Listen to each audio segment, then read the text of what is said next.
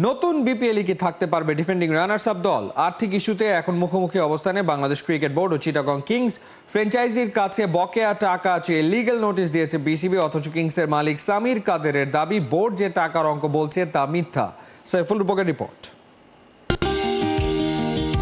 Canadian model Yasha সাগরকে host বানিয়ে brand ambassador হিসেবে বুম বুম শাহিদ আফ্রিদিকে এনে গেল বিপিএল এর শুরুর দিকে বেশ আলোড়নই তোলে চিটাগং কিংস। অথচ শেষ ভাগে যে বিতর্ক আর সমালোচনা শুরু হয় তা আর থামার নয়। পেমেন্ট না পাওয়ার অভিযোগ তুলেছিলেন ইয়াশা এবং আফ্রিদি দুজনেই। স্যাটিসফাইড হতে না পারায় দেরি করে পেমেন্ট দিয়েছিলেন পারভেজ ইমনকে।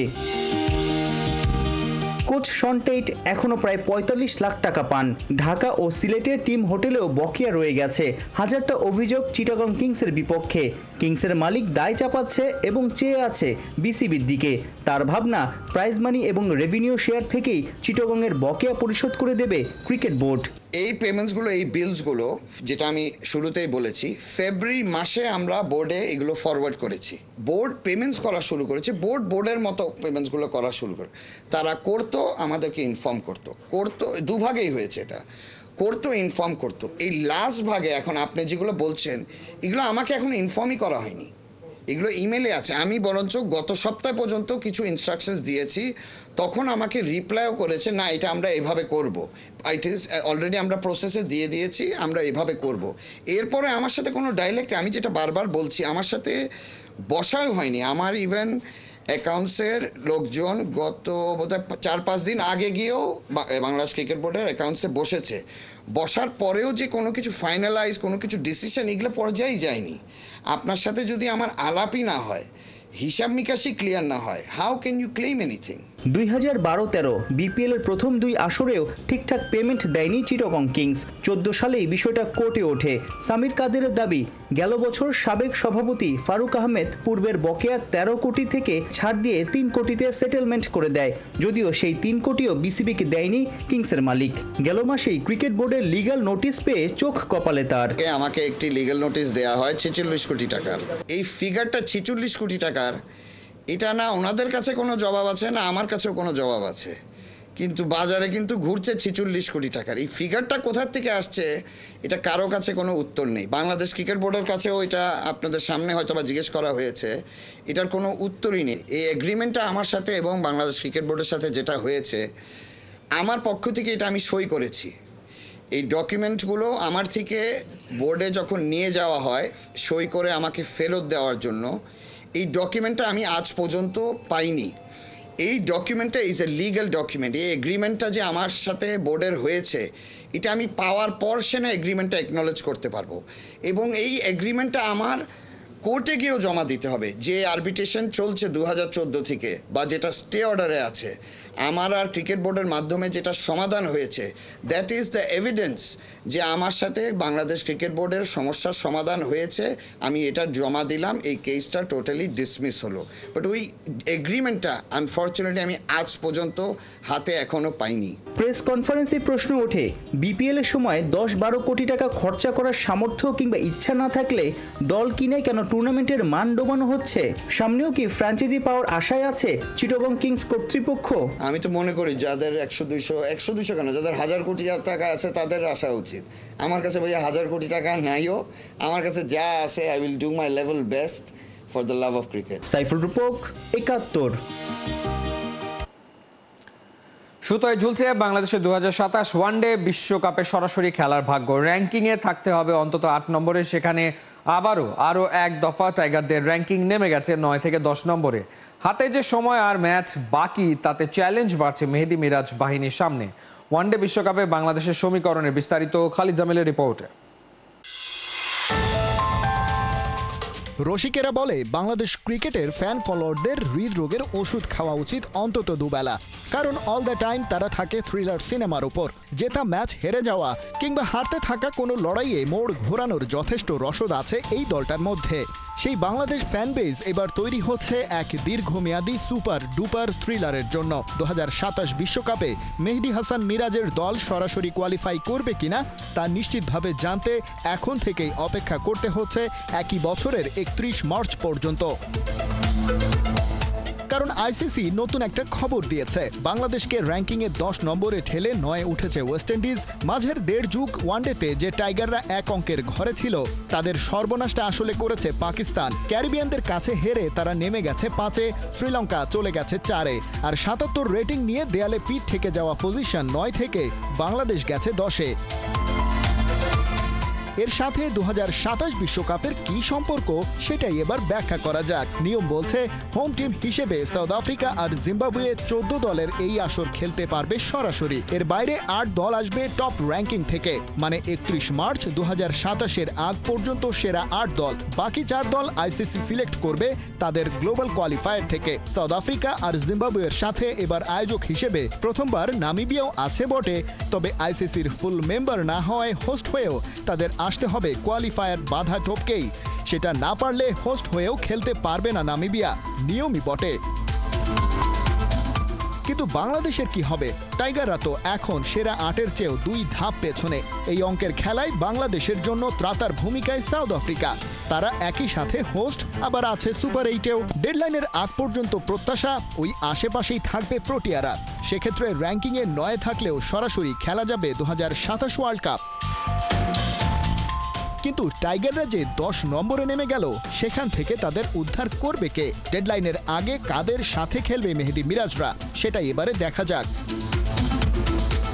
এবছরের বাকি সময় টি-20-র ভরা মৌসুম, তার মধ্যে ওয়েস্ট ইন্ডিজ আর আয়ারল্যান্ডের বিপক্ষে 6টা ওয়ানডে। র্যাঙ্কিংয়ের অবস্থানটা ঝালাই করে নেয়ার ভালো সুযোগ। সেখানে পা ফসকালেই অবশ্য হড়কা বানে তলিয়ে যাওয়ার আছে সমূহ সম্ভাবনা, কারণ এর পরেই টাইগারদের পাকিস্তান, নিউজিল্যান্ডের বিপক্ষে লড়াই। ওই পথটা কোনোভাবে পাড়ি দিলেই 2026 সালে থাকছে রিকভারির সুযোগ।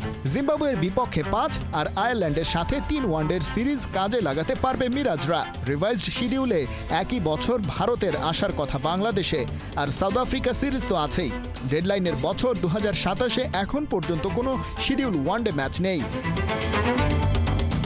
র্যাঙ্কিং, রেটিং আর এফটিপির এই সমীকরণ অনেক জটিল হলেও হিসেব কষে অনুমান করা যাচ্ছে টিপিক্যাল বাংলাদেশের মতো তাদের প্রিয় ওয়ানডে ফরম্যাটটা খেলে যেতে পারলেই সরাসরি 2027 বিশ্বকাপ খেলতে পারবে টাইগাররা, যদি কপাল মিরপুরের উইকেটের মতো আনপ্রেডিক্টেবল আচরণ না করে আর কি।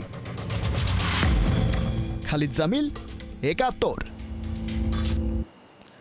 গুনে গুনে 712 দিন বাবর আজম সেঞ্চুরিবিহীন। শেষবার নেপালের বিপক্ষে বছর 2 আগে ম্যাজিক্যাল 3 ডিজিটের দেখা পেয়েছিলেন এই পাক ব্যাটার। ওয়েস্ট ইন্ডিজের বিপক্ষে ডাক মেরে এবার নতুন করে সমালোচনায় পড়েছেন বাবর আজম। কোহিনুর কণার রিপোর্ট। সিলসির প্রথম 2টি বল ডিফেন্ড করলেন, 3 নম্বরটাতেই বিট হলেন। ওয়েস্ট ইন্ডিজের বিপক্ষে ডাক মেরে বাবর আজম ফিরলেন সাজঘরে। ওয়ানডাউনে নেমে দলকে উদ্ধার না করে বরং বিপদে ফেলে চলে গেলেন পাকিস্তানের এই সেরা ব্যাটার। ওয়ানডে ক্যারিয়ারে এই নিয়ে 5 বার বাবর ফিরলেন 0 রানে। 2015 সালে ডেবিউ হওয়ার পর পাকিস্তানের হয়ে সবচেয়ে বেশি ডাক মারার তালিকায় 3 নম্বরে উঠে গেলেন বাবর আজম। শেষবার 2023 সালে আফগানিস্তানের বিপক্ষে ডাক মেরেছিলেন এই পাক ব্যাটার। এরপরে সোশ্যাল মিডিয়ায় বাবর আজমকে ভাসিয়ে দেওয়া হয় ট্রোলের বন্যায়। জিম্বাবুয়ের নেপাল ছাড়া নাকি রানই করতে জানেন না এই টপ অর্ডার ব্যাটার। অথচ এমন একটা দিন ছিল বাবর আজমকে ডাকা হতো বাবর দ্য গ্রেট নামে। ক্রিকেট পাড়ায় চলতো একটা তর্ক, কে সেরা, বিরাট নাকি বাবর? কে কাকে টেক্কা দিয়ে অধিষ্ঠিত হবে সিংহাসনে চলতো সেই প্রতিযোগিতা। সেই বাবর যেন হারিয়ে গেলেন কালের গহ্বরে। ওয়েস্ট ইন্ডিজের বিপক্ষে সিরিজের আগে নতুন সব মাইল ফলকের অপেক্ষায় ছিলেন বাবর আজম। 1টি সেঞ্চুরি করলে পাকিস্তানের হয়ে সাইদ আনোয়ারের সবচেয়ে বেশি 20টি সেঞ্চুরি রেকর্ডে ভাগ বসাতে পারতেন তিনি, সেটাও কিনা কম ম্যাচ খেলে। প্রথম ম্যাচে 47 রানে আউট হওয়ার পর দ্বিতীয় ম্যাচে খুলতেই পারলেন না রানের খাতা, ফলে বাড়ল বাবরের সেঞ্চুরির অপেক্ষা। শেষবার এশিয়া কাপে 2023 সালে নেপালের বিপক্ষে সেঞ্চুরির দেখা পেয়েছিলেন বাবর আজম। ওয়ানডেতে 28 ইনিংস, সব মিলিয়ে 3 ফরম্যাটে 71 ইনিংসে নেই কোনো সেঞ্চুরি। সময়ের হিসেবে এই অপেক্ষাটা 712 দিনের। নেপালের বিপক্ষে সেই ম্যাচের পর প্রায় 2 বছরের এই টাইম লাইনে বাবর ওয়ানডে খেলেছেন 28টি, হাফ সেঞ্চুরি পেয়েছেন 9টি। টি-20তে 20 ম্যাচে 3খানা হাফ সেঞ্চুরি, আর টেস্টে 23 ইনিংসে 6টা হাফ সেঞ্চুরি। অবশ্য এমন নিদারুণ অপেক্ষার প্রহর একসময় পার করেছিলেন বিরাট কোহলিও। প্রায় 3 বছর ওয়ানডেতে পাননি ম্যাজিক্যাল 3 ডিজিটের দেখা। এরপর একের পর এক ধরা দেয় শেষ সেঞ্চুরিটা। বাংলাদেশের বিপক্ষে কেটেছিল বিরাটের খরা। নেপাল নাকি জিম্বাবুয়ে, কে কাটাবে বাবরের এই দুর্দশা? কোহিনুর কণা, ৭১।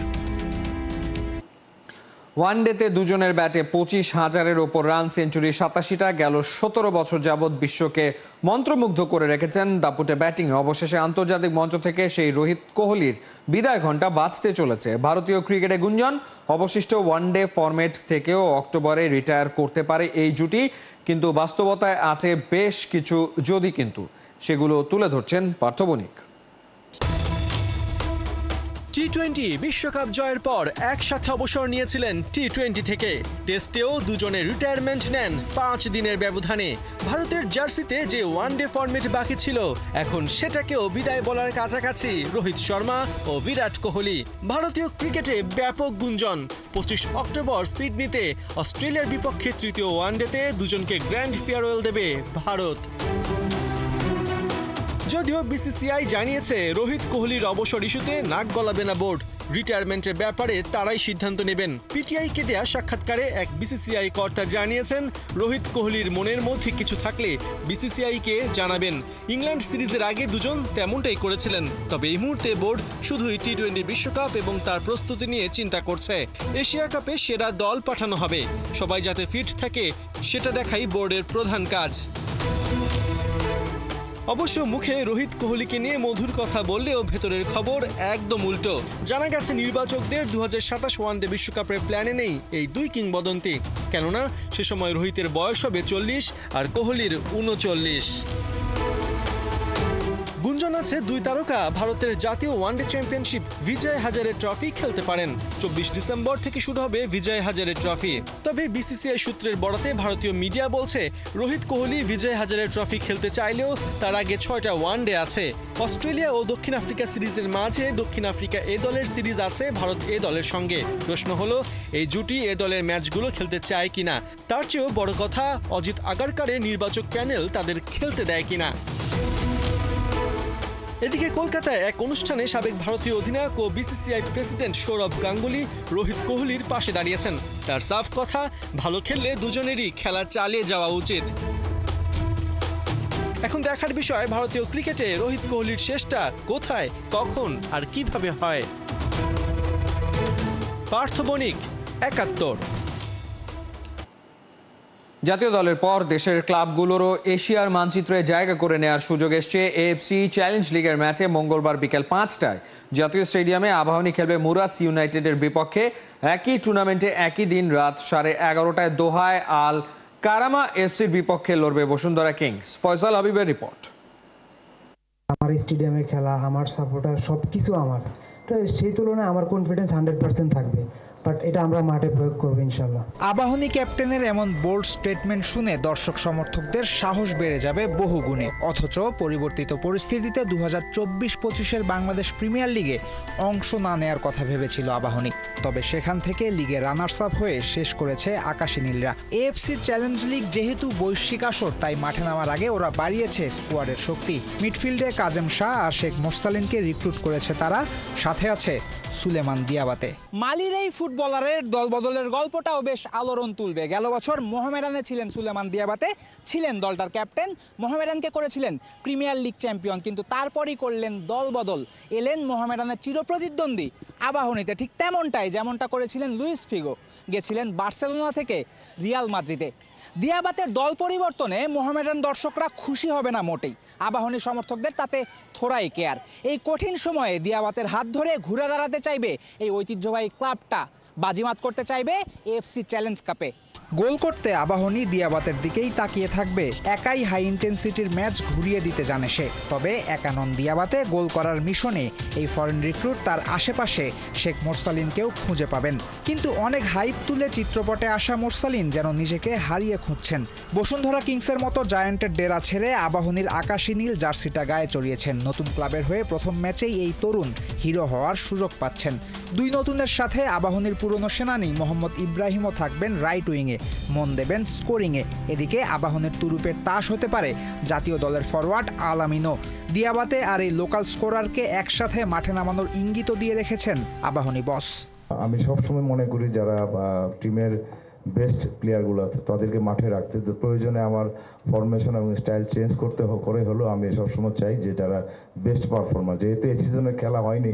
আক্রমণ ভাগের মতো রক্ষণেও আবাহনীর শক্ত গেরো দেওয়ার সামর্থ্য আছে। সুশান্ত ত্রিপুরা, ইয়াসিনরা সেখানে নেতৃত্ব দেবেন। আর আবাহনীর জাল সামলাবেন ন্যাশনাল টিমেরও নম্বর 1 কিপার মিতুল মার্মা।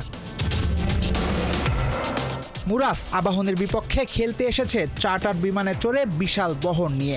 বোঝাই যায় গায়ের জোরের সাথে পকেটটাও ওদের বেশ শক্তিশালী। সেসব কিছু নিয়েই এএফসি চ্যালেঞ্জ লিগে প্রথমবার এসেই তারা জিততে চায়। এশিয়ান ফুটবল সার্কিটে জানান দিতে চায় নিজেদের অস্তিত্বের। আমি 1 বছর ধরে এই ক্লাবের কোচ হিসাবে আছি। আমরা ইতিমধ্যেই একটা কিরগিজ লোকাল কাপ জিতেছি। তুমি যেমনটা বললে, এশিয়ান ফুটবলে আমাদের অস্তিত্ব জানান দেওয়ার এটা এক দারুণ সুযোগ। এটা আমাদের জন্য নতুন চ্যালেঞ্জ। অবশ্যই আমরা আমাদের সেরা খেলাটাই দেখানোর চেষ্টা করব। অন্যদিকে আবাহনী যখন ঘরের দর্শকের সাহস নিয়ে মাঠে নামবে, তখন একই টুর্নামেন্টে দেশের আরেক বড় ক্লাব বসুন্ধরা কিংস খেলবে কাতারে সিরিয়ার ক্লাব আল কারামা এফসির বিপক্ষে। খেলাটি মাঠে গড়াবে দোহায় বাংলাদেশ সময় রাত 11:30টায়। ফয়সাল হাবিব, 71। এই ছিল এই মুহূর্তের খেলা যোগে সরাসরি সংবাদ অনুষ্ঠান দেখতে চোখ রাখুন 71-এর ফেসবুক পেজ এবং সাবস্ক্রাইব করুন 71-এর ইউটিউব চ্যানেলে। 71-এর সাথেই থাকুন।